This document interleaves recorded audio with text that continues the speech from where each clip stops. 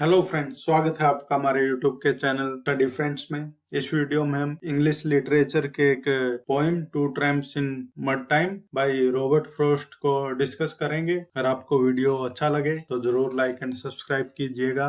शुरुआत करते हैं। Out of the mud two stranger came and caught me splitting wood in the yard. यानी कि दो स्ट्रेंजर आए फॉरेस्ट से और वो क्या कर रहा था, जो अपना पोइट था वो क्या कर रहा था, लकड़ी काट रहा था। तो उसको उन्होंने पकड़ लिया and one of them put me off my aim. तो उसने क्या कर दिया, उनमें से एक ने, जो पोइट था, कवि को डिस्टर्ब कर दिया, जिसकी वजह से उसका निशाना चूक गया। By hailing cheerily hit them hard I knew pretty well why he had dropped behind and left the other gone away. I knew pretty well what he had in mind he wanted to take my job for pay. तो क्या था कि वो उसने क्या किया, तो tramp होता बंजारा। तो दो बंजारे आए कवि के पास। वो क्या कर रहा था, अपने आंगन में लकड़ियां काट रहा था। उनमें से एक आते ही वो उसने कवि का ध्यान भटका दिया और उसका निशाना चूक गया। वो बंजारा क्या बोला उसको, हिट देम हार्ड, इनको जोर से मारो। तो उनको देखते ही कवि समझ गया कि इसका इरादा क्या है। उनका इरादा क्या था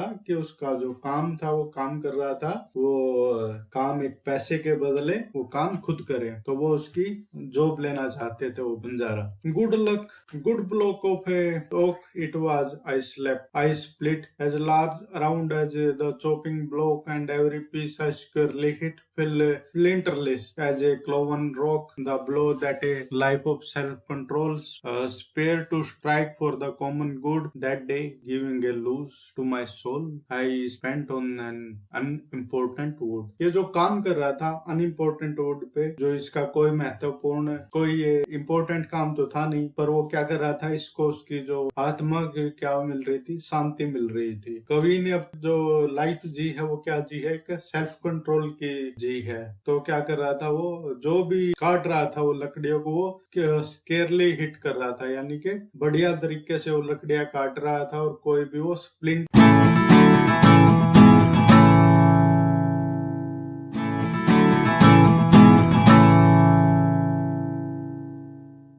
क्या होता है कि उसमें से इक्वली वो बराबर लकड़ियों को काट रहा था। और उसी के बारे में उसने बताया कि the sun was warm but the wind was chilly and you know how it is the April day when the sun is out and wind is still you are 1 month on the middle of May, but if you so much as dare to speak, a cloud come over the sunlit arc and a wind come off a frozen peak if you are 2 months back in the middle of मार्च। तो कभी time के बारे में बताता है कि अगर आप मार्च के महीने में वहां पर जाओ तो वहां पर बहुत ही ठंड होती है और जो हवा आती है वो जो क्या होती है, फ्रोजन पीक, यानी कि जमे हुए पहाड़ों की जो चट्टान ऊंचाई। पीक क्या होता है, वो हाइट जो होती है ना, ऊंचाई पे पहाड़ के सबसे ऊंची चोटी, उसको बोलते हैं फ्रोजन पीक। तो वहां से जो हवा आती है बहुत ही ठंडी आती है मार्च के महीने में। अगर उससे 1 महीने बाद आओ अप्रैल में, तो वो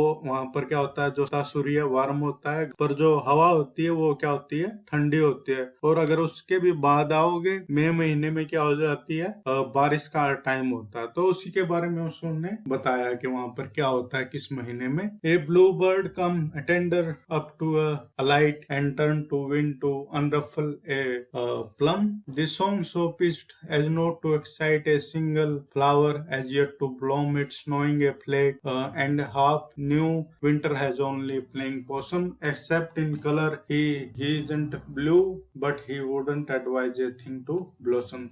तो इसमें वो वहां पर जो मौसम है उसके बारे में बता रहा है कि अभी भी क्या है कि a single flower has yet to bloom, कि अभी तक कोई भी एक जो क्या है कि फूल है वो खिला नहीं है। अभी क्या है कि सर्दी का मौसम है और क्या होता है कि इट्स स्नोइंग, के वहां पर अभी बर्फ पड़ रही है। तो उसी के बारे में बताता है कि एक ब्लू बर्ड कम टेंडरली, वहां पर एक वो पक्षी आती है और पक्षी आता है, और प्लम क्या होता है कि वो पंख होता है, उसको बोलते हैं। अनरफल क्या होता है कि हवा के उसका एक वो पंख टूट जाता है, फिर सो, और वो क्या करता है, वो पक्षी गाना गा रहा होता है। तो मौसम के बारे में इसमें बता रहा हूँ। द वाटर फॉर विच में have to look it's summer time with the withering wand in every wheel route now a brook in every print of a hoop and a pond। ये बता रहा है कि जो क्या होता है कि समर में, गर्मी के टाइम में जब वाटर को हम देखते हैं, एक विदरिंग क्या होता है कि एक वो दयनीय स्थिति से, कि भाई इसमें एक तालाब में वो क्या होता है, एक शांत होता है कि उसी के जो लाइफ देता है पानी। But be glad of water but don't forget. वो बोलता है कि इसमें बी ग्लैड ऑफ वाटर, अगर आपको इससे बोलते, बट डोंट फॉरगेट, के भूलो मत the lurking frost in the earth beneath. जो फ्रोस्ट क्या होता है, पाला, कि सर्दियों के मौसम में क्या होता है कि पानी, जो उसी झील का पानी क्या होता है, जम जाता है, and that will still fourth after the Sunny set and so the water it's crystal teeth. तो क्या होता है, सर्दी के मौसम में जब वो पानी जम जाता है तो वही पानी क्या दिखाता है, अपने क्रिस्टल टीथ, अपने दांत दिखाता है। तो वो ये कि नेचर के पॉजिटिव और उसके नेगेटिव दोनों के बारे में बताया गया है कि नेचर लाइफ देती भी है और लाइफ ले भी लेती है। The time when most I loved my task the two must make me love it more by coming what they came to ask you don't think I never had felt before the weight of an axe had pulled aloft the grip of earth on outsped feet, the life of muscle rocking soft and smooth, the moist in verbal heat। तो क्या हो जाता है कि वो poet है, कोई उनको देख के उसको गुस्सा हो जाता है, क्योंकि वो क्या कर रहे हैं, उसको रोक रहे हैं, जिस काम में उसको क्या हो रहा है, मन लग रहा है, और जो काम उसको बहुत ही पसंद है। तो उनको देखते ही वो क्या कर रहे हैं, वो उसको पूछने आ रहे हैं कि जो ये काम कर रहा है वो मत करे, क्योंकि जो ये काम है, ये किनका काम है, बंजारों का काम है। Out of the wood two lurking tramp from sleeping God nowhere last night, but not since its lumber camp. They thought all chopping was their upright men of wood and lumberjacks. They judged me by their appropriate tool, except as a fellow handled an axe they had no way of knowing it। तो वो क्या हो रहा है, उन बंजारों के बारे में बता रहा है कि उनका भगवान का पता नहीं है कि वो कल कहाँ पर सोए थे, कल कहाँ पर सोएंगे, क्योंकि ऐसी ही लाइफ होती है उनके। और वो बता रहे हैं उसको, पोइट को, कवि को, कि ये तुम्हारा काम नहीं है कि लकड़ियां काटना, ये हमारा काम है, और हमें क्या दो, पैसे दो, और हम आपके पैसे के बदले में ये काम करेंगे। तो बोलता, nothing on either side was said, they knew they had put to stay their stay, and all their logic would fill my head as that I had no right to play with what was another man work for gain. My right might be love, but there was need, and where two exist in twain, there was the better right agreed। तो वो उसके बारे में बता रहा है कि जो ये लकड़ी काटना है, ये उनकी जरूरत है, क्योंकि ये उनको ये काम है, उन्हें आजीविका के लिए, अपना पालन पोषण करने के लिए उसको जरूरत होती है।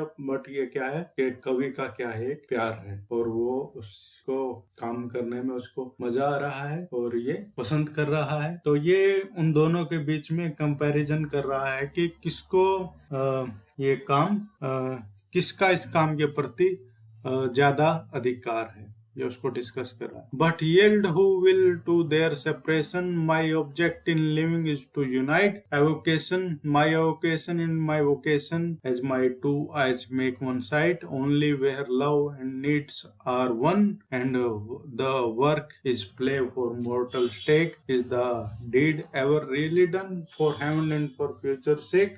तो इसमें क्या कर रहा हो कि जो वो होते हैं बंजारे और कवि के बीच में क्या दिखाया गया है, किसका अधिकार ज्यादा है उस काम करने पर कवि क्या बताता है कि कवि का वो लकड़ी काटने में क्या है, उसका एक प्रेम छुपा हुआ है। वो क्या कर रहा है, वो वही काम कर रहा है जो उसको प्रेम है। बट बंजारे क्या कर रहे हैं, इस लकड़ी काटना ये उनका लव नहीं है, ये क्या कर रहे हैं, वो आउट ऑफ नीड कर रहे हैं, क्योंकि उनको लकड़ी काटने की जरूरत होती है अपनी आजीविका के लिए। तो वो बोलता है कि इसी में कवि बताता है कि उसका ही उस काम में ज्यादा अधिकार है, क्योंकि वो अपना जो काम कर रहा है उसको प्यार भी करता है, और जो काम कर रहा है वो तो उसमें उसका अधिकार भी है, सबसे ज्यादा उसी का अधिकार है। तो इस वीडियो में इतना ही फ्रेंड्स। अगर आपकी जो अभी क्यूरी रह गई हो तो हमारे कमेंट सेक्शन में लिख सकते हैं। Thank you very much.